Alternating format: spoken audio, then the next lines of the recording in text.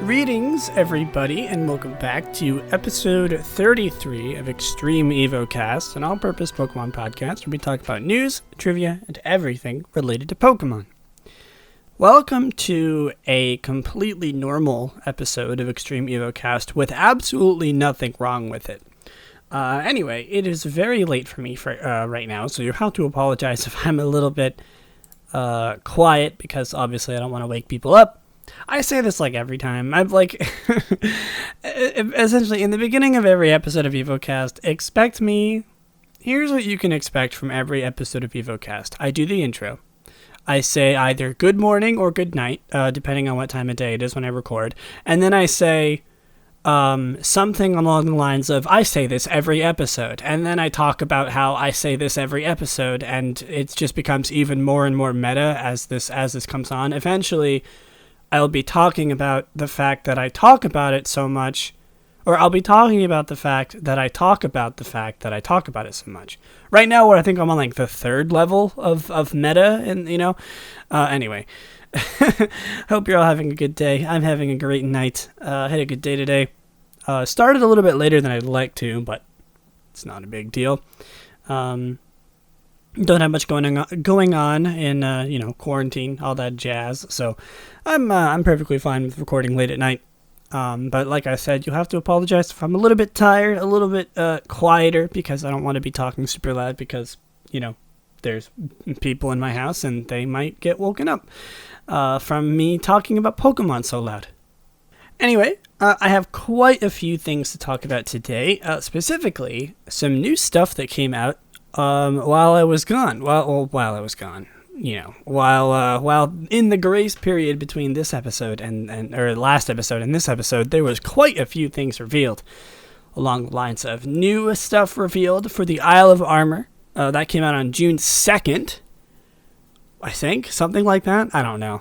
Honestly, that whole time was very diluted by the fact that I'm pretty sure it was June 2nd, but like if it was June 2nd or very close to it, it was very diluted by the fact that my birthday was like the next day.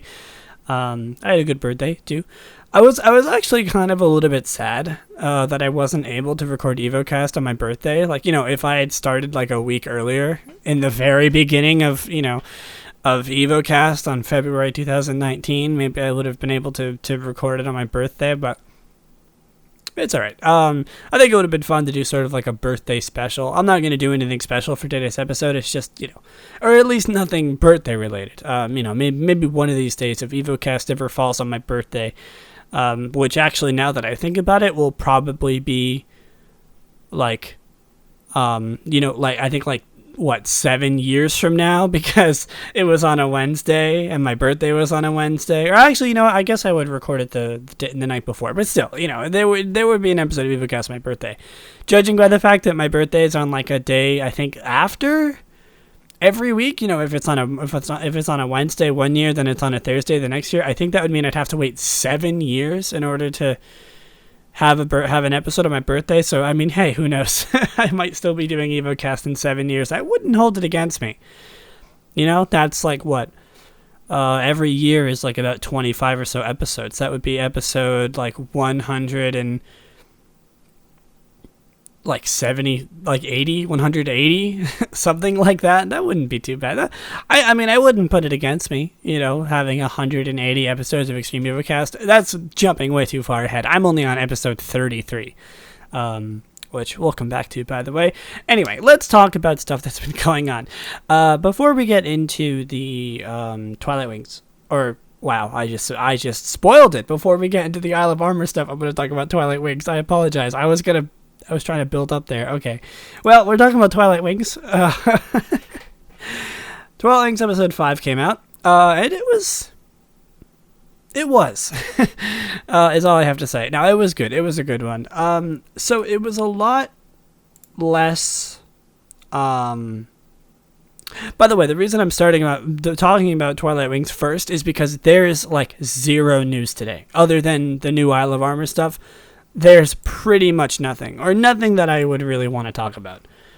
So before you think that I like forgot or something, no, there's like nothing. Like, there's like events being planned for like TCG tournaments and stuff, but honestly, if it's like one bit of news and it's just that, I don't really think it's worth talking about. Anyway, this episode of Twilight Wings, episode 5, what was it called, actually? It had I know they all have names. I didn't talk about it last time, but it is called, if I can find it.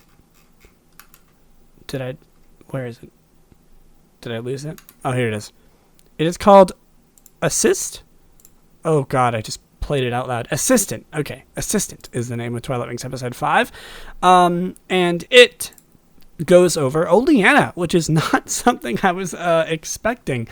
And, like, it actually went into Oleana's background story, you know, like her backstory. And it was really interesting seeing this character that, like, it's a little bit hard to sympathize with her because of, you know, the story of Pokemon Sword and Shield and stuff. But, like, honestly, it was, like, it was really interesting. I really, really enjoyed that they did something about her. I wasn't expecting them to. But, like, it was a lot less struggly. That's not even a word, but you know what I mean? Like, all the other ones are like, oh, there's an obvious problem. Like, B is trapped, or, you know, Hop loses his his Wooloo. What? Have I never heard of Wooloo before? Hop loses his Wooloo, you know, stuff like that. There's more of like a problem. This is just sort of Oleana, you know, this is sort of just goes into her, how she became Chairman Rose's assistant, which is, you know, she was just really, really good at what she was doing, and she figured out a lot of details about, I guess, like the, you know, the power spot, is that what they're called? You know, the power spots around the whole around Rose Tower and stuff, and she was sort of credited to that, and Chairman Rose saw that, and he put her on as the vice president, or I assume she eventually went up to become the vice president, and like it was a really heartwarming story, you know, sort of looming over the fact that she was very mean. she was sort of a villain in the, I mean, she wasn't a villain, but like game design wise, she was a villain, but like she wasn't actually a villain. She sort of was a little bit. I mean, I don't know if I would necessarily super call Chairman Rose a villain. Obviously not as much as a villain as some other Pokemon antagonists, but like they were the bad guys, you know, like eventually, sorry to spoil Pokemon Sword and Shield for you. You know, the game that's been out for like almost a year now. Like it's, you know, she is a villain essentially, in terms of the game. And like, it was a little bit hard to sympathize with her, which is something that I was sort of, also thinking about, like Chairman Rose, like they're sort of trying to make you like Chairman Rose, like from the very beginning of of Twilight Wings and stuff. And it was a little bit hard to get into that, you know, seeing him as like this sweet dude. I mean, obviously I'm sure he's a sweet dude, but like he was the villain of the game that this is based on. So, I mean, it's always nice to get some backstory into like the quote unquote bad guys. Again, I use that term very, very lightly with Chairman Rose and Oleana, but like, it definitely did a little bit of tinting when it comes to how I looked at this episode. But it was very good. It was a very beautiful episode. There was a lot of like cinematic things in it that were very unlike, you know, Pokemon and stuff. I guess that's sort of a jab at Pokemon, but like specifically there was a time where there was a dancing Mr. Rhyme, and like the cut, like he was tap dancing and there was this nice music in the background, and suddenly he taps once and it cuts to black, and then it cuts to something else. I forget what it was, but it was a beautiful transition. And I'm like, again, I mentioned this last time, again with the meta stuff, I am going to say this every single time I talk about an episode of Pokemon Twilight Wings. Why can't the anime be like this? It's so much better. This series is beautiful. And like, I can definitely appreciate this episode for what it is. It's definitely not like the other ones. It's definitely a lot more lore heavy, and it's very slow. It's very sort of feel good in a way, in its own way. It's very, very different from the preceding 4 episodes of Twilight Wings, but it's good. Very much focused on giving her some character and some backstory and making you feel sympathy for her in certain situations, and I do appreciate it. I do like it a lot, and I'm excited to see what they do with it in the future. Anyway, Not too much to say about Oleana's episode. It was, like I said, it was a little bit less than what we're used to at Twilight Wings, so I'm not really gonna go super into it. But if you haven't watched it already, please do give it a watch. It's very, very good. Like I was gonna say, sorry for spoiling it, but there's nothing to spoil. She becomes Chairman Rose's assistant, and then stuff happens. Like there's no climax. I guess like cinematically there is a climax to like the the feel, the music and stuff, but like story wise there is no climax in this episode. There's no there's not really any story progression. There's a little bit of it, but it's not like super heavy like the other one. So it's like I said, it's a little bit of a different episode, so you have to forgive me for sort of just glancing over it like that. But and honestly, I can't really think of anything else to talk about. It was beautiful as always. It's sort of everything I say about the other episodes of Twilight Wings and Twilight Wings in general apply to this episode. It's beautiful. The voice acting is amazing. The Pokemon, it's animated very beautifully. The Pokemon are designed and animated very beautifully in this series, and it's just something I wish that the anime was. Again, I'm going to come back to this every time. It's my only thought sort of when I watch this series is that I want more, and if they made the Pokemon anime like this, it would be absolutely gorgeous. Anyway, next we get to talk about the Sword and Shield Isle of Armor expansion that is coming on June 21st? June 21st or 27th? Let me see. I actually don't remember. 17th. Oh my god, in a week. Oh, a week. Hey, that's good. I will be able to talk about it next episode of Evocast, so expect that. I will be talking. That gives me enough time. That gives me an entire week to talk about it. I'll definitely be streaming it on twitch.tv/Lillieceon. If you want to watch me and if you want to get my very, very first thoughts, I'll be going over my first thoughts as it grows closer. I'll be going over my first thoughts on the episode, but obviously those will be a little bit of a week in advance, but this will be, if you want to watch me stream this game, you will see my thoughts firsthand. Anyway, we have some new information, new Pokemon, new stuff. Well, nothing new, but officially revealed information, which is important. Let's see. I sort of have a list of things, but I want to sort of go over it in the Cerebi announcement that they made. Again, thank you, Cerebi. Cerebi.net goes over this very well, and I would like to sort of just go over it so I don't miss anything. So the DLC for the Isle of Armor will be released on June 17th. We know that. 2 new Reggie Pokemon are Regieleki. I don't know actually if that's how you pronounce that. I've heard some people say Regieleki, which I hate. I'll go into more about that later, but Regieleki and Regidrago, who is the Dragon-type Reggie. Regieleki has a new ability, Transistor. It also has the new move, Thunder Cage, which deals damage and traps him in an electrified cage for 4 to 5 turns. Let's see if we get any information on its new ability. Transistor. Do we know what it does? New abilities. Here we go. Transistor. We don't know. Seriously? Okay. Well, we don't know what it does. So, new ability, Transistor, we have no idea what it does. Regidrago has a new ability, Dragon's Maw.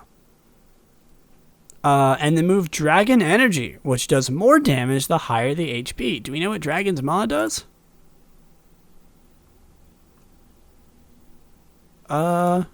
Nope. It'd be kind of weird if they revealed one and not the other, so I'm not surprised. But yeah, cool. So we got those new things. We have Galarian Articuno, Galarian Zapdos, and Galarian Moltres, who are completely new typings, which is insane, by the way. What the heck? Articuno is Psychic Flying. Zapdos is Fighting Flying, which is crazy, and a new Fighting Flying. It's like a Roadrunner. They look amazing, by the way. I've talked about their designs and stuff before, but like, oh my god, they're so good. And Moltres is Dark Flying, a new Dark Flying Pokemon. it's just discount Yveltal. they have some Pokedex entries here. Do Regieleki and Regidrago have Oh, they do. Okay, hold on. I want to read the sort of information about Regieleki. Regieleki is the Electron Pokemon. It is only 311. It's really small. I guess it's because it's very long. You know, it's a very, very, very long boy. 319 pounds. Very heavy for electricity. This Pokemon absorbs electrons to live. Electrical energy makes up most of its body. Its electric-type moves are said to pack the greatest power of any used by electric Pokemon. Okay. And Regidrago is the Dragon Orb Pokemon, the Drorb Pokemon. 6'11", 440 pounds. I don't know what that is in meters, and what is the other version of pounds? I cannot think. Whatever. Regidrago's body is composed of crystallized dragon energy. The energy is densest in its central core. Thanks to its body composition, Regidrago can use dragon-type moves with greater power than any other Pokemon. Folklore tells that the legendary Pokemon Regigigas tried to create a Pokemon from crystallized dragon energy, but ran out of crystals and was only able to complete the head. People of old feared that if Regidrago were to be completed, it would rain destruction on their island, so they sealed it away within a temple. Wow. Very cool. Awesome. Let's see. Articuno. Galarian Articuno. It has competitive. Ooh. Okay, it has competitive. It is psychic flying. Don't know how high it is. We don't know how tall it is, how heavy it is, or its classification, but it says once every several decades, this migratory Pokemon appears in the Crown Tundra. For a long time, it was thought to be the same legendary Pokemon as the Articuno previously discovered in other regions. Though cold and callous in personality, it moves in a highly refined manner.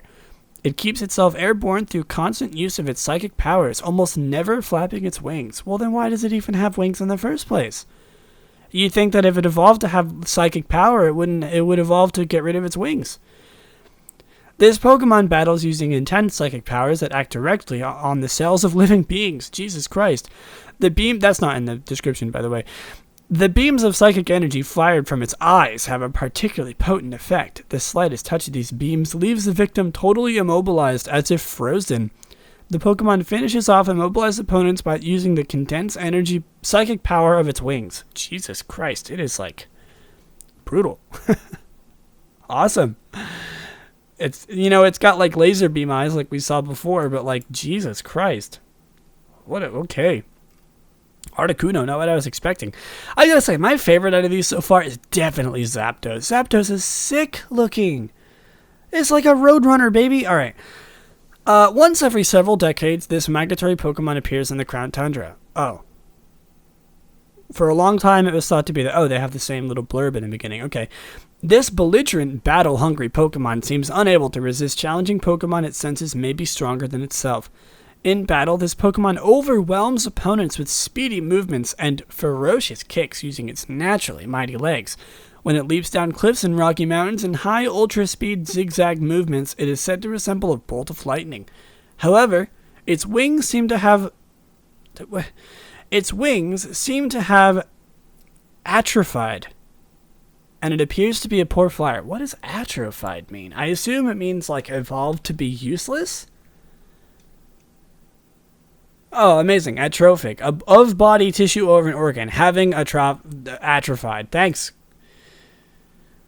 Wasted away or rudimentary. Having lost effectiveness. Yeah, okay. So it's like useless. It's like a, what are those? What are those? Vestigial? Is that what it is? When like a body part isn't used anymore after evolution? Whatever. We're not going to get into biology here. This is Pokemon, baby. Alright, Moltres. It has a naughty personality. Oh, sorry, I'm allergic to that. Sorry, not naughty, haughty. Excuse me for thinking that it said naughty. It has a haughty personality and conducts itself calmly according to its own wings. It exudes the energy churning within its body as an aura for a column of raging fire, leaving ordinary Pokemon unable to even approach it. It is specifically skilled at attacking opponents' minds by spreading its wings and unleashing a wicked aura. Opponents hit by such attacks are overcome with deep fatigue, as if all their energy has been burned away. I like how they're keeping this symbolism here. Articuno freezes their opponents in place with psychic energy. Zapdos resembles a bolt of lightning, and Moltres, has its aura is like raging fire, and their energy is burned away. I really like the symbolism here. They're like calling back to their old, to their non-Galarian typing. So it's very clever. I like it. Oh, I forgot to go over their abilities. Hold on. Zapdos has Defiant. Oh, what does Defiant do? Okay, hold on. I need to look at what these abilities do. I forget what competitive does. Oh, I just looked up competitive Pokemon. And it's coming up with how to play competitive Pokemon. There we go. Boost the special attack stat when a stat is lowered. Okay, that is what Articuno has, which makes sense. It is actually really good for Articuno. When its stats are lowered, its attack increases. Okay, that's Defiant, so that makes sense for Zapdos. Is Moltres going to have something similar? What does Moltres have? Berserk. What does Berserk do? It increases its speed when it, did I spell it wrong? It's Berserk, not Berserk. I am bad at spelling, apparently. It's like it increases its speed when its stats are lowered. Oh, boost the Pokemon's special attack stat when it takes a hit that causes its HP to become half or less. Okay, so it's pretty much the same thing. The signature ability of Drampa, but they're giving it to Moltres. Very interesting. Or Galarian Moltres, I suppose. Very interesting. That's very cool. Alright, new Pokemon. Galarian Slowbro is Poison Psychic type. It has the new ability Quick Draw and the new moves Shell Side Arm, which only it can learn. It poisons the opponent and does physical or special damage based on which does the most damage. Hold on, what? I need to look at this right now. What does that move do? What is it called? It's like side arm, huh? What is it? I forgot immediately. Shell Sidearm. Oh, this is abilities. What ability does it have? Quick Draw. We don't know what it does. I could have saw that. Alright, what does Shell Sidearm do? This move may poison the opponent and inflict damage based on whether physical or special would do more damage. Okay. Interesting. So it does more damage based on the higher stat that Galarian Slowbro has? I imagine that's very interesting. That's good for like a mixed attacker. Or I guess, actually, it's good for any set. It's actually bad for a mixed attacker. You wouldn't want to use it on a mixed attacker. You would want to max out one stat. And it doesn't matter what type it is. You could use anything. Okay, that's really good. That seems like it'll be really good for competitive Pokemon, hopefully. I mean, I assume. Galarian Slowbro is cool. I mean, it's Mega Man, you know? I like it a lot. Or let me go to the Galarian page and see if I can see the information about it. Aha! A Shelter Bite set off a chemical reaction within the spices inside Galarian Slowbro's body, causing Galarian Slowbro to gain the poison type. The Shelter sometimes unconsciously bites down harder on Slowbro's arm, causing an itch that drives Slowbro to start swinging its arm around indiscriminately and smashing its surroundings. This makes Galarian Slowbro a highly dangerous Pokemon. Ooh. Although this Pokemon is normally zoned out, facing off against strong opponents activates the stimulants in its body, sending them coursing through its nervous system and delivering a jolt. When this happens, Slowbro's expression sharpens. With a speed that puts even the quickest reflexes to shame, Slowbro readies its Shelter and makes poisonous liquid that shoots from the Shelter's tip. Cool. Alright, I like it. Very cool design. I mean, it's pretty much exactly what we were expecting it to be. But Poison Psychic is not something we've had before, if I'm not mistaken. So that's very fun. We have a new type combination. I hope that Galarian Slowking is just as cool. We have some new Gigantamax Pokemon, Gigantamax, Venusaur, and Blastoise, who we knew about Gigantamax Venusaur's G-Max move is G-Max Vine Lash and does damage and continues to do damage for 4 turns to any non-grass type Pokemon. And Blastoise's is actually exactly the same. It's just called Cannonade, which does damage and continues to do damage for 4 turns to any non-water Pokemon. So it lasts even after Gigantamax is done, I assume. That's cool. Let's see if there's any information on them. You know, like Pokedex entries or whatever. There is. I can't remember if I already read this or not. I assume not, because they were just revealed. Let's see. The power of Gigantamaxing has made Venusaur's flower bloom so large that it covers the Pokemon's body. The flower petals are extremely thick and springy enough to repel half-hearted attacks. During battle, this Pokemon uses these petals as a shield and swings its 2 thick vines around to attack the target. The flower on the Pokemon's back spews so much pollen that it resembles a volcanic eruption. Inhaling the pollen can cause uncontrollable sneezing, and breathing in too much of it can even cause fainting. Well, I'm glad they didn't say death.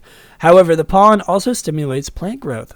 Places where the pollen falls are said to grow with thick and large plants. Wow. Just use that to stop deforestation. You know, just Gigantamax your Venusaur and make it shoot its pollen everywhere. Amazing.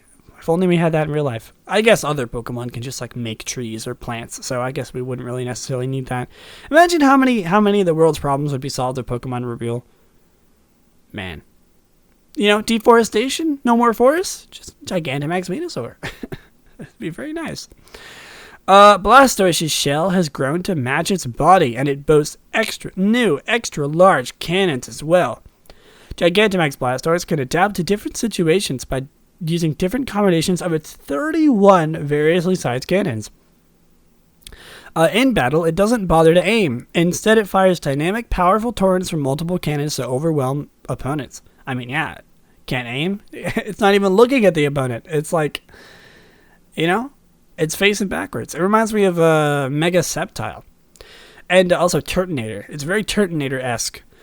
The main cannon in the center of its shell is staggeringly powerful. Legends say this cannon has blasted holes into mountains. Gigantamax Blastoise can also move the 12 large cannons surrounding its central cannon independently, letting it orient its attacks in any direction, whether towards the ground or towards the sky. Cool. Let's see. There are what else is there? That's pretty much all the new Pokemon. Most of the new information. There's still a few more things. Gigantamax Urshifu. I forgot about this dude. Gigantamax Urshifu's Single Strike's G-Max move. God, imagine saying that to someone who's never heard of Pokemon before. Oh yeah, my favorite move in the game is Gigantamax Urshifu's Single Strike's G-Max move. G-Max 1 blow. Like, okay. G-Max 1 blow and Rapid Strikes is G-Max Rapid Flow. These can do damage even if the target defends itself. Cool. Hidden ability Grookey, Scorbunny, and Sobble are now available through Pokemon Home if you deposit a Pokemon from Sword and Shield. Wow, so get your hidden ability starters. That's actually really cool. I'm going to do that. There's an item tentatively known as the Cramomatic, which allows you to combine up to 4 items together to make new items. Excuse me? I did not know about this. Hold on a minute. What? Excuse me? Where is this? I guess there's... Oh, hold on. Wait. I want to see this. There's no information about it. What? Is that a thing? The Cramomatic is a device that lets you put multiple items into it. When the items are added, as the ability to create various other items. What? That's insane. Okay, I guess we'll just have to wait until we find out more about that. There are move tutor moves given in exchange for Armanite ore, a substance found through max raid battles in the Isle of Armor. The first, a fire type move, Burning Jealousy, damages both opponents, and has a chance of burning the opponent as if they've had their stat boosted during this turn. The grass type one is called Grassy Slide and is boosted in priority in grassy terrain. We don't know what the water one is, apparently. Well, that's boring. Grassy Slide is just boosted in grassy terrain, and Burning Jealousy's cool. What? They couldn't have made something a little more useful? In the Isle of Armor, you can make Max Soup, which when a Pokemon with the potential to Dynamax drinks it, it becomes Gigantamax. Very good. I was hoping that they would do something like that to allow people to just use to make Gigantamax Pokemon. Like, you know, if you get a shiny Pokemon that can Gigantamax, you're screwed. Unless you're not. It's very, very nice. In the Crown Tundra, Dynamax Adventure is a game where 4 players together investigate the Dynamax raid dens. In the Crown Tundra, there's a new feature called the Galarian Star Tournament in Winden. In this, you play multi-battles against various characters from the story.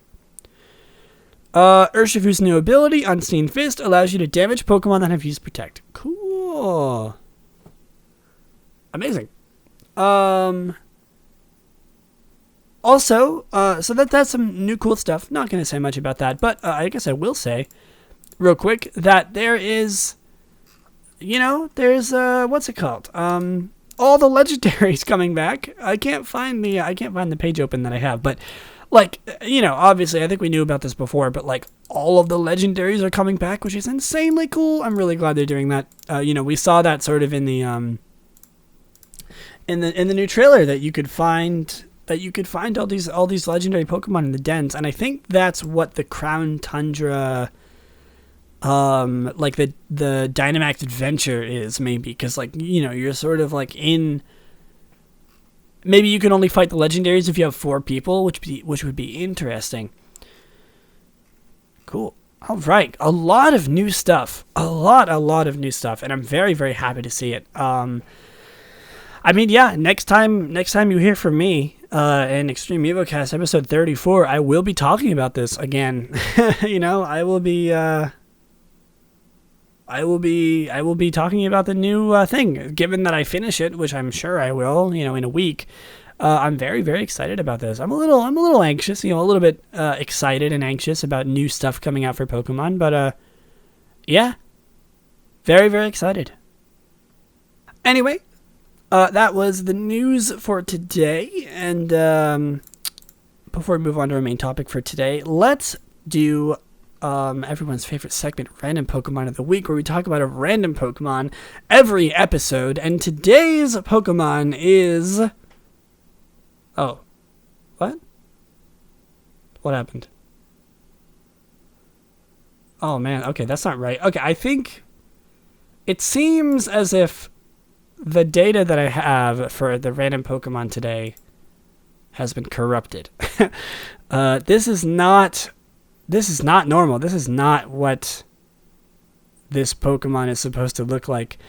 Well, the show must go on, so I'm just going to continue anyway. This Pokemon, Missing No, is a bird/normal type introduced in Generation 1.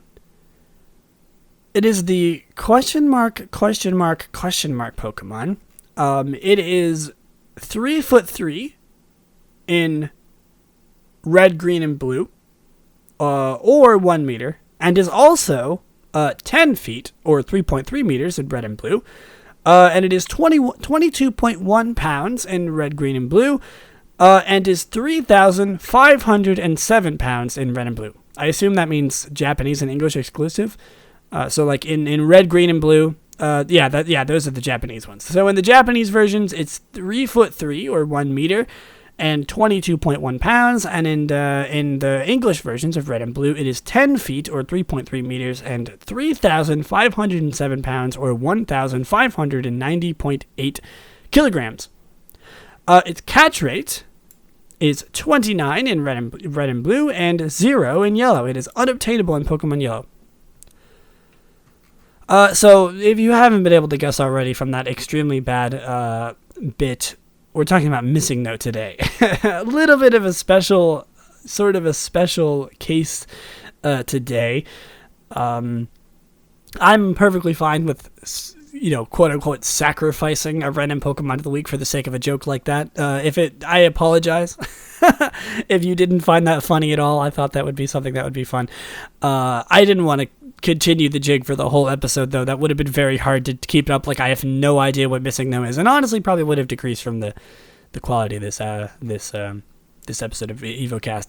So anyway, yes, we're talking about Missing No today. I've been very, very excited to talk about this. I'm not going to go into too much detail about Missing No. I have been watching quite a lot of videos and stuff in preparation for this episode. Specifically, if you don't know, Retro Video Game Mechanics Explained on YouTube recently made a video about how Missing No is displayed as a sprite. And it inspired me to do this for this episode.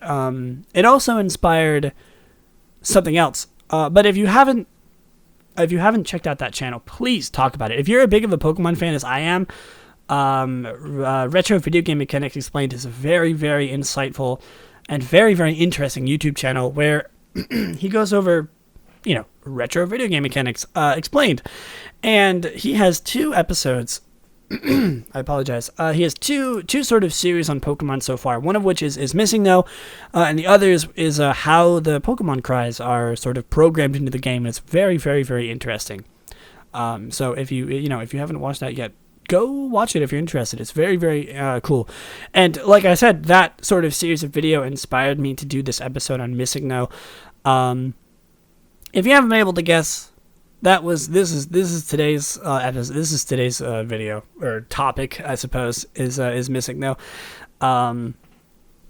Sort of funny. One of the other things that video series inspired was, if you recall last episode, episode 32, where I talked about Ho and Generation 3, I said that I would be doing that sort of thing again with other games, and I decided to play through Pokemon Yellow as my next thing. So expect, it's probably not going to happen anytime soon because I've been sort of drained from playing Pokemon recently.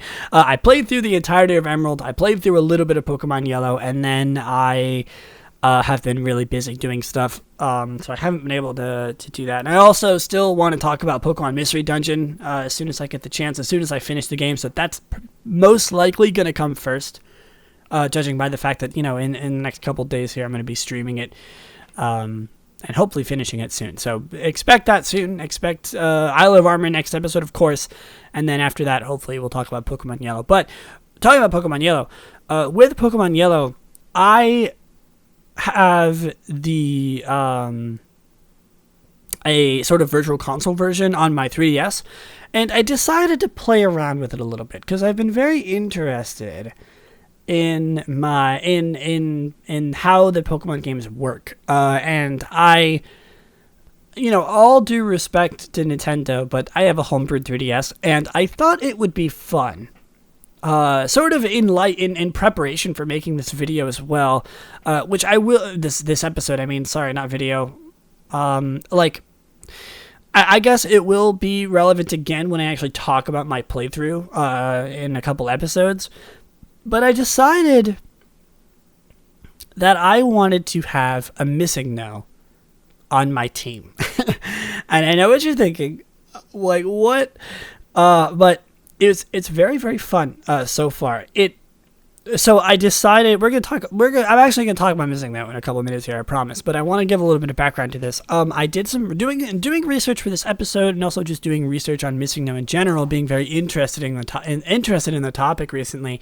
I looked up the different versions of Missing No, and I found out that the old man glitch was patched out of Pokemon Yellow, and I really, really wanted to play through Pokemon Yellow first before I played through Red and Blue, just because I've never played Pokemon Yellow, and I really wanted to use Missing No on my team, and I didn't want to wait until I played through Red and Blue, because obviously once I'm done with Yellow, I'm probably not going to want to play another Kanto game. I'm probably going to play like Crystal or something like that. I decided to look up the different versions of Missing No, and there's a few specifically that are actually stable. The Missing No from Pokemon Yellow is not stable. the traditional missing no is not stable. It will crash your game. It will brick your save. It will mess up everything. But there's three specifically that I looked into that we're going to talk about here. The ghost and the skeleton missing no's, the ones that are based on, or sort of have the ID number of the fossils from the Pewter Museum, the Aerodactyl and the Kabutops fossil, and the ghosts that you find in Lavender Tower. And if you know nothing about missing no, I promise I will explain in a second. But I decided to hack it in because I was going to wait until later in the game when I could do the sort of fly glitch that you can do in yellow. It's still in yellow. And I decided that I wanted to do that glitch, but it would have been extremely late in the game. Specifically because the way that missing no works, or these types of missing no work, and the way that the fly glitch works is I'm not going to go over the fly glitch, but if you want to know more about it, you can look it up. Essentially, based on the Pokemon that you fight, or the trainer that you fight, based on their Pokemon's special stat, will give you a different Pokemon, because those numbers, the way that the glitch works, I suppose. Obviously, it's way more complicated than how I'm explaining it here, but the special stat is the ID number for the Pokemon that you encounter using the fly glitch. So it takes that in memory and it puts it onto as the ID of the Pokemon that you're using. And I found out that I would have to level up a Kadabra to level 50 just to get the special stat 183 that I needed for the Aerodactyl skeleton, which is the one that I wanted to use. The Kabutops skeleton and the ghost are 182 and 184, so it wouldn't have been any easier. That is the easiest way to get a Pokemon with a high special stat, because I couldn't get Gengar, I couldn't get Alakazam, so it had to be a Kadabra, because Kadabra, I believe, is it also has a very high special stat. And it would have taken, no matter what Pokemon I used, it would have taken me a long time. I probably could have used Mewtwo, but again, that's after the Elite Four, and I wanted to use this thing in my playthrough. So I decided to just hack it in, because I didn't want to wait, because I wouldn't have been able to use it until the Elite Four at most, and I wanted to use it throughout my entire playthrough. So I hacked it in, and the way that this missing note works. Okay, I'm gonna read a little bit about this on this page that I have open about specifically the fossil and Kabutops missing now. The Aerodactyl and Kabutops fossil missing now. It says, the effects of the ghost/skeleton missing notes are far too varied and mysterious to explain here. It is known that the ghost skeleton missing no's have a unique ability to copy Pokemon attributes. For example, in the wild, they copy the starting moves of the Pokemon who attacked last in battle. For example, if your Bulbasaur beat your opponent's Squirtle, then the next ghost or skeleton missing no you encounter will be the grass poison type and have Bulbasaur's starting moves. But if your Bulbasaur was beaten by a Charmander, then the ghost skeleton missing no you encounter will be fire type and have Charmander's starting moves. Also in the wild, they will copy the starting moves and type of the last Pokemon you saw in the Hall of Fame, or the Pokedex. For example, if you look at Golbat's Pokedex entry and then battle a ghost missing no, then the missing no will have Golbat's starting moves and will be flying poison type. Please note that if you do encounter a ghost or skeleton missing no and hope to catch it after you have tweaked it, using another ghost/skeleton missing no would be your best option. Using any other Pokemon, including blocking missing no's, will change the type/moves to its own attributes. When in the party, you can change your ghost skeleton missing no's attributes. Whenever a Pokemon is positioned last in your party, all the ghost and skeleton missing no's will copy that Pokemon's type and attributes, but not its moves. This also applies to Pokemon viewed in the Hall of Fame and the Pokedex. So essentially, what I did was I wanted to use an Aerodactyl on my team. Normally, before I even considered having this missing no on my team, I wanted to use Aerodactyl. And I was like, okay, I want to use a missing no on my team because I think it would be fun to try out this glitchy Pokemon and see if I can actually beat it. with Missing No. So I decided to replace the Missing No, or the Aerodactyl, with the Aerodactyl fossil Missing No. That seemed pretty right to me. And what I decided to do was first hack in an Aerodactyl into my team. It's like level 8 or something. And I gave it the moves that I wanted on the Aerodactyl. Consider this cheating, whatever mind you. I wasn't 100% sure if I was going to be able to teach this Missing No the moves that I wanted it to use. I sort of, like I said last episode, I sort of plan out these Pokemon's movesets beforehand. And I wanted to use a certain amount of moves on this Aerodactyl, so it would be viable. It would be a good Pokemon. So I decided to hack in this Aerodactyl with the starting moves that I wanted. And essentially what I did is I got the Aerodactyl. I caught the Missing No. I hacked it so I would encounter the Missing No by doing some hex editing, changing the game's code literally in an emulator first, and then transferring my save over into the Virtual Console version, which took way longer than it should have. And it actually gave me a quite bit of insight on how the game works. Hex editing is actually really fun. Literally just editing the game's code while you play. And there was a lot of guides I looked up. It was actually a very fun experience to sort of learn how this game works. What I did was I put the Aerodactyl in the bottom of my party. So the Missing No will keep the Aerodactyl's attributes. And essentially I have this Aerodactyl in my party at all times. Just sitting there acting as like a buffer for my Missing No. So it always is rock flying. It always has the same types. It always has the same moves. And it has all the same attributes, all that stuff, same base stats, everything. And the way that it works is I'll keep this Aerodactyl in the bottom of my team until I get 6 Pokemon, until I catch my 6th Pokemon, which in that case, I will replace my last Pokemon with my Missing No. And I will never, ever be able to take that Aerodactyl out of the last spot in my party. Which, I mean, if I do, I can just put Aerodactyl back in, copy the traits over, and then put the Missing No back at the bottom spot. But I just think it's really funny that because if the Missing No is the last Pokemon in your party, remember that it copies the attributes of the Pokemon in the last in your party. It'll keep its attributes. So I keep this Aerodactyl in my party, and then once I catch my 6th Pokemon, I will just have to keep this Missing No in the bottom of my party. I won't be able to put it out so it comes out first. I'll always have to switch train it. It'll be bad when I actually have to grind. But hopefully that doesn't come until later in the game where I won't have to do so much grinding. So yeah, that was sort of my experience with getting this Missing No. It was very, very interesting to learn the sort of intricacies about how this specific Missing No works. Editing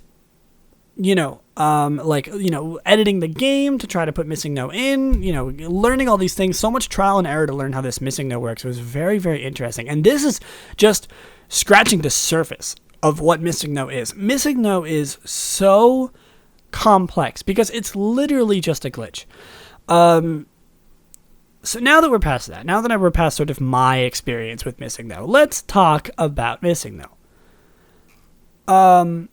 Missing No, as it is displayed in-game due to the 10-character limit in Western Generation 1 games, is a dual-type bird/normal glitch Pokemon in Pokemon Red and Blue, and a dual-type normal/randomly glitched name, glitch Pokemon in Pokemon Yellow.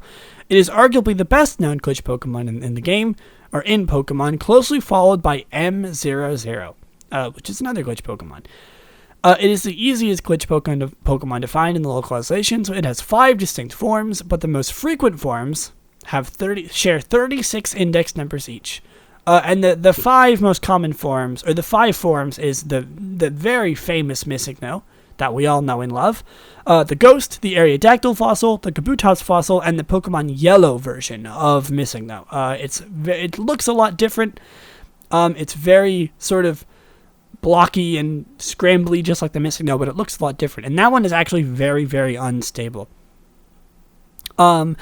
In later generations, other glitch Pokemon are often referred to as a missing no, such as 10 question mark, and dash dash dash dash dash. Despite this name, missing no is a misnomer in this case, and they have little relation to the one found in Pokemon Red and Blue and Yellow. Because the missing no, quote unquote, that they sort of talk about are, they're not missing no. They're just like no Pokemon, because they kind of, Pokemon sort of realized that they need to do something to fix this, and they put that in place. In Generation 1, they didn't do anything like that. So that's where missing no comes from. I'm not going to go over every glitch Pokemon. I'll probably have an episode solely dedicated to other glitch Pokemon, and sort of, there's so many glitch Pokemon. Sort of all the attributes that they have. There's like Bad Egg, all that stuff. I will talk about that in another episode. Think of this episode as just sort of a extended random Pokemon of the week for Missing No. Let's see. Missing No's cry is generally the game's equivalent of a blank cry. A Nidoran male, base 00, with a pitch of 0 and no echo. This is because the cries of these Pokemon are undefined in the data structure. A few Missing No have different cries, specifically 0 hex 43, 0 hex 45, 0 hex 4F, 0 hex 51, 0 hex 5E, 0 hex 5F, 0 hex 7F, and 0 hex B5. The fact that these cries are valid and not garbage data supports the view that Missing No may have originally been a Pokemon that was deleted from the games. See this section for more details. Okay, so it's later. The Pokedex entries of Missing No and all glitch Pokemon with a Pokedex number of 0 will only appear upon capture if the player has not encountered a Cubone. Wait, what? Hold on. The Pokedex entries of Missing No and all the glitch Pokemon with the number of 0 will only appear upon capture. Oh, okay, so wait, why Cubone? An exception to this rule is in Red and Green, where Missing No can be registered in the Pokedex if the player enables the scene flag for number 152. And memory corruption. If Missing No's Pokedex data is viewed, Rhydon's cry will be heard, followed by Missing No's blank entry and a series of glitchy sounds. No Missing No can evolve or learn any moves through leveling up. That is exactly why I decided to give my Aerodactyl all the moves that it has, and I'm very glad I did that. If the Red and Blue Missing No is traded to Generation 2, it will hold a Carbos. Interesting. Let's see. Missing No's Red and Blue normal form, we're talking about the normal form for Red and Blue, is a dual bird/normal glitch Pokemon. It has a sprite that is a strange block of glitched pickles in a backwards L shape. Due to the large number of characters that can be used to make it appear, it is the most common form. So this is done by the Old Man glitch, which, if you don't know, if you talk to the Old Man, in Viridian City, and then you surf on the sort of east coast of Cinnabar Island, which you encounter Missing No, depending on your name, I believe, and also like depending on the player's name, the Pokemon name they have, Pokemon stats and stuff, as described with the Mew glitch, I think is what the Fly glitch. I was calling it the Fly glitch. I think it's more commonly known as the Mew glitch. You find different Pokemon, and Missing No is when you find Pokemon that are not a Pokemon. Essentially, when you get an ID number of a Pokemon using this glitch that is not a Pokemon. And sort of the way that it works is because that area of the game doesn't have correct data when it comes to the encounters, and it pulls the data from the wrong place in memory, I think is how it works. There's a lot of places out there that you can really look up why exactly Missing No works. Take everything I say with a grain of salt, because I'm going completely off memory here. But for the basics, essentially it pulls the number from your player's name and puts it as the ID number of the Pokemon that you encounter, and then you encounter Missing No. Let's see. That's it. I mean, there's nothing really super special about Missing No. Let's look at Yellow. Missing No's yellow normal form is a dual-type normal and randomly named glitch type. This form uses the palette of Pikachu and appears so as yellow and red glitched boxes. They also cause glitches that Missing No in red and blue do not. If caught, they will cause graphical glitches, rendering the player invisible and making duplicates of the player, and all other on-screen characters will walk in random locations on-screen after battle. These forms do not appear through the old man glitch as it was removed in yellow. It is likely that the game will freeze or get stuck when attempting to battle yellow Missing No's normal form due to an invalid sprite pointer. This is also what causes the walking character's effect. So yeah, encountering this Missing No form is not safe, and it will usually cause the game to freeze and get stuck. That's exactly why I decided to do the Fossil and Ghost Missing No in yellow. Speaking of, the Fossil and Ghost Missing No, otherwise known as the Special Missing No, are three unique forms of Missing No that shared their sprites with the Kabutops Fossil and Aerodactyl Fossil in the Pewter Museum of Science, as well as the Ghost from Pokemon Tower. This is because the game actually uses their index numbers to get their front sprites. These Pokemon have no constant base stats, experience types, or starting moves. Instead, they take this data from the last Pokemon in the party, other than other Special Missing No. If an enemy trainer sends out a Special Missing No, the aforementioned data is sent out to the previous Pokemon they sent out. The Fossil and Ghost Missing No exist in Pokemon Yellow and have the same sprites in Red and Blue. They also work the same way. Since the sprites are valid, these Missing No can be encountered instead of Yellow's normal Missing No, and they will never freeze the game on the opponent's side. Again, exactly why I decided to choose these Pokemon for my Missing No on my team. Let's see. Missing No's appearance in battle allows for the item duplication glitch, which is a whole nother can of worms, which increases the number of items in the 6-bag slot by 128 unless the number of items in the slot already exceeds 128. Encountering Missing No has been known to interfere with the same game data in various ways, such as adversely affecting the Hall of Fame data. The Hall of Fame is corrupted because of the proximity to buffer used to store decompressed sprite data, which is too small to properly hold Missing No's garbage sprite data. Essentially what that means is the Hall of Fame in memory is right next to the sprite data, the sort of code, the assembly code that they used to do sprites. And when it tries to render Missing No sprites, it's so big because it doesn't know when to stop. It corrupts the data. It goes past the intended area in code and corrupts the Hall of Fame data. It's very interesting. Let's see. Is there anything really else to talk about? In Pokemon Stadium, Missing No will appear as a substitute doll. While in Pokemon Stadium 2, Missing No and other glitch Pokemon will show up with as a Ditto with Transform. If the game is saved via Stadium 2, it will become a Ditto permanently. Official Nintendo statement. Really? Nintendo has actually talked about it.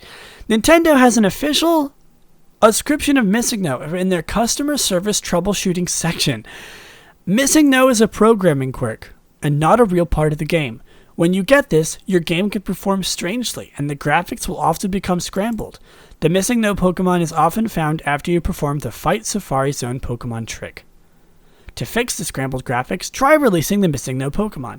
If the problem persists, the only solution is to restart your game. This means erasing your current game and starting a brand new one. Where did they say that? Nintendo consumer service. That's so funny. They have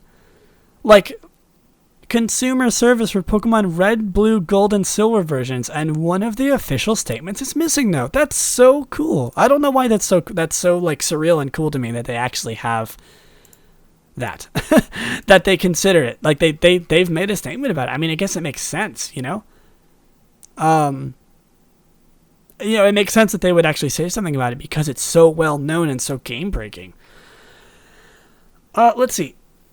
I don't really think there's much else I want to talk about. I'm going to read through the trivia. I apologize that I was sort of just reading through Bulbapedia, but it's very interesting to sort of learn the inner quirks. And I wanted to sort of go into this and maybe even inform a few people that aren't so knowledgeable of what Missing No really is. Like I said, of course, there are so many other places online where you can find so much more detailed stuff. But if you want to hear it from someone who just barely understands it and has a personal experience using a Missing No on her team, I know that sounds weird, but I will get back to that once I talk about Pokemon Yellow. I'm actually very excited to play through this game with Missing No on my team. But yeah, if you wanted to hear it from someone who maybe has a little bit of experience, but is also sort of just a casual, there you go. There's some interesting trivia and sort of an extended random Pokemon of the week about Missing No. By the way, I give Missing No Shiny a 3,457 out of 10. If anyone's curious. Missing No obviously doesn't have a shiny sprite, but still, that's my rating. It's glitched, just like Missing No. Missing No actually has base stats, and other things like that. Let's see. In Pokemon Red and Blue, for the 36 normal Missing No, it has an HP stat of 33, an attack of 136, a defense of 0, not very defensive, special 6, and a speed of 29. Not a very good Pokemon competitively, if I'm being honest with you. I don't think it's very viable. In Pokemon Yellow, for the 36 normal Missing No, it has an HP of 178, an attack of 19, a defense of 11, a special of 23, and a speed of 0. It is normal. It is damaged, I guess, everything. Oh, weird. It's damaged normally by everything except for fighting and ghost, which it is weak to fighting and immune to ghost, I guess because it's normal type. In Yellow, it is the same.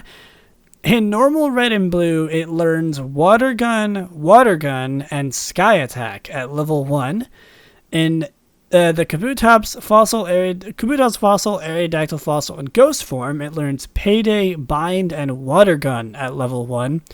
It learns, I don't know exactly how many TMs this is, but quite a few TMs. It can also learn Fly and Cut.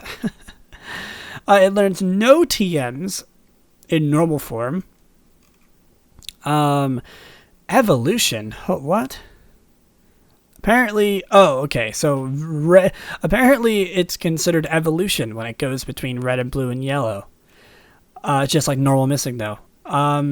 Ghost does not evolve. Aerodactyl does not evolve. Kabutops does not evolve. Z, some Japanese letter, evolves into another form of Missing No at level 224. Amazing. Let's see, trivia. The Pokemon Yellow normal form, Missing No, has 0 base speed. This ties with various Generation 1 glitch Pokemon for the lowest base speed stat. I like how technically the lowest base speed Pokemon has a glitch Pokemon. In the Spanish versions of Pokemon Red and Blue, viewing the stat screen of any Pokemon in the player's party changes Missing No's sprite. In its normal form, Missing No has the same learn set as M00, except that M00 cannot learn Substitute, and Missing No cannot learn Pound. Interesting. Why Pound? Normal form Missing No stats in Red and Blue are actually determined by the parties of several bikers. Huh? Excuse me? Hold on a second. What?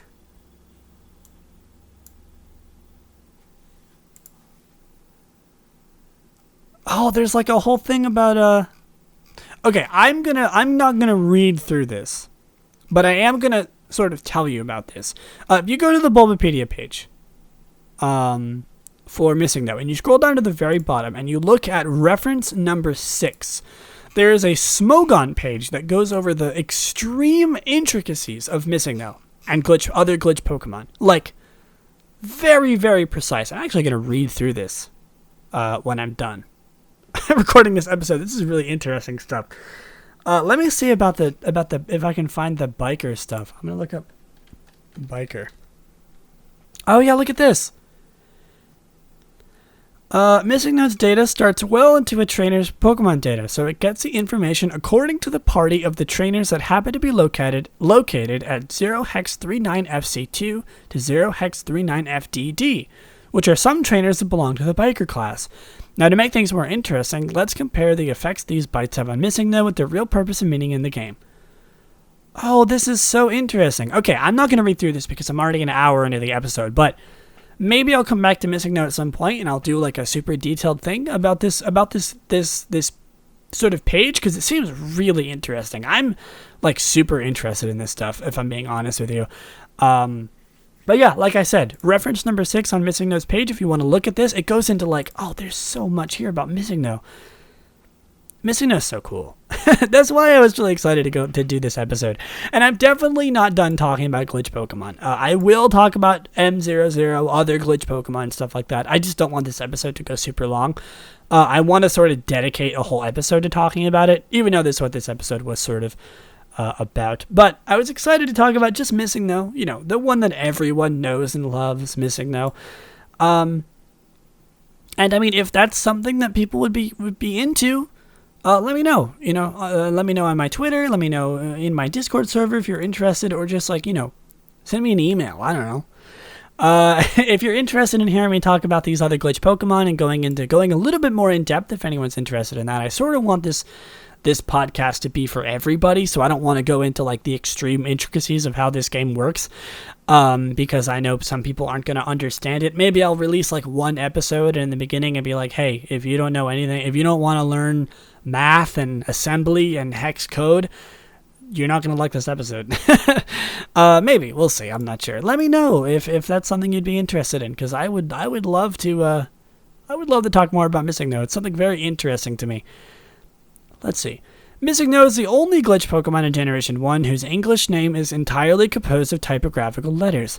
Although other glitch Pokemon such as Trainer and C may appear to be entirely composed of typographical characters, they contain illegible characters which change depending on the current title set loaded into memory.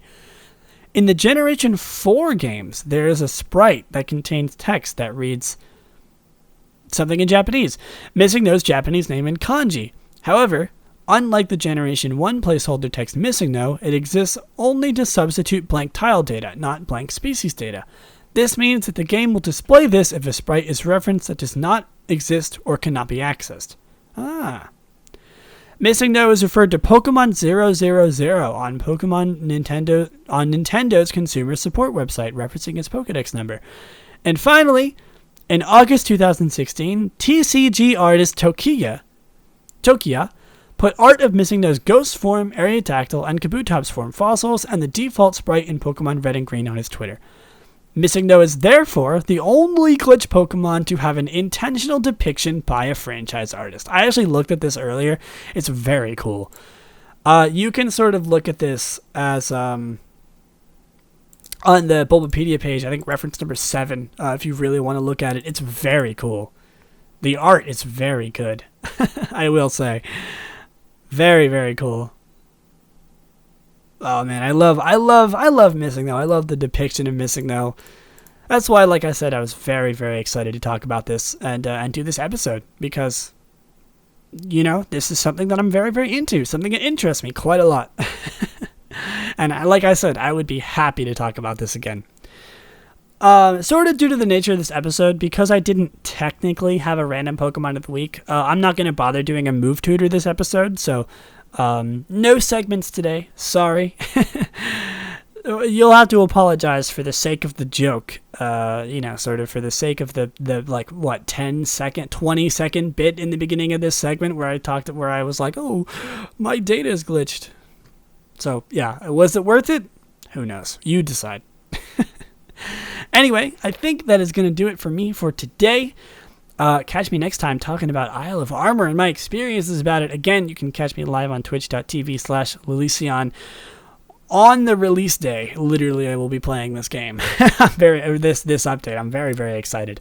And also, you can check out my Twitch. I stream other Pokemon games, all that stuff. Also, make sure to check out my personal Twitter, twitch.tv/Lillieceon. if you want to check more about me. Recently, I've been posting a lot of game development stuff on there. I'm developing a Pokemon-like game, and you can check it out. It's very, very interesting. I'll probably talk about this later, because if I ever get super far into this game development, because it's Pokemon is the main inspiration for it, so I think it would be right to talk about it on this podcast.